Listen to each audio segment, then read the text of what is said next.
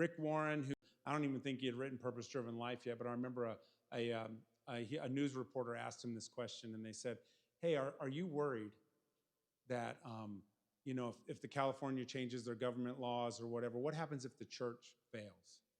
Your whole family's invested in this. You invested your life in this. What happens to you, Rick?"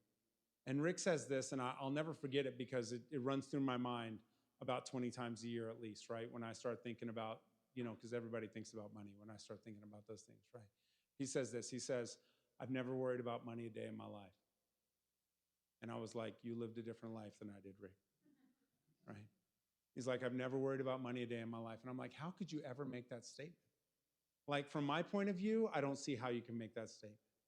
But he makes that statement, says, "I can never." And so the guy asked him, the guy's like, "What do you mean?" And he's like, "Well, look, it was real simple. I was taught earlier on, I give 10%, I save 10%, and I live on 80% of my income. I've done that my whole life. So I'm not worried because God's my provider. There's always some money in savings, and I've lived on 80% of my income. I don't even need what I make to live," right? And so he got it. Like, he gets it. I had a pastor one time, and he got it. We were talking about money. He's like, "Yeah, this is what I do." And I was like, "Man, how did you learn that?" He goes, "My grandma told me." And I was like, okay.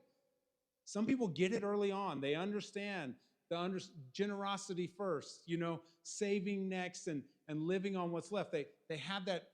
It's like part of their DNA. It was not part of our family's DNA, right?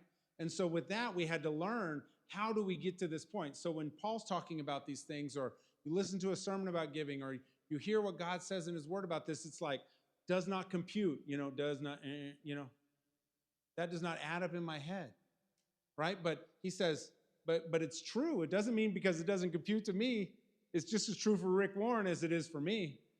It's just a matter of if I want to activate that part of my life to where that's no longer the concern. And it shouldn't be the concern because God's our provider. Jehovah Jireh, right? That's what it means. God, my provider, right? And if he's our provider, then we should have confidence in what he's doing.